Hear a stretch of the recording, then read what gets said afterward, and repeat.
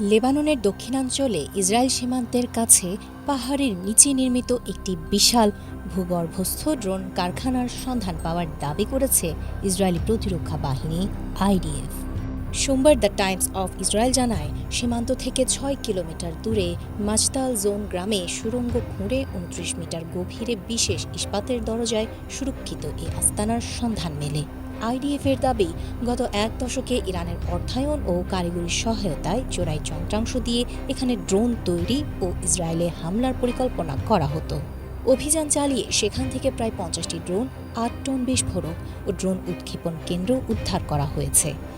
সম্প্রতি সেনাবাহিনীর সাংবাদিকদের সেখানে নিয়ে যায় এবং ছবি প্রকাশ করে।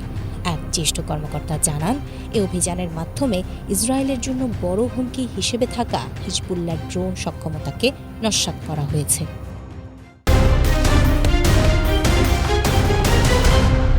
বাংলাদেশ সময়, সবার আগে দেশ।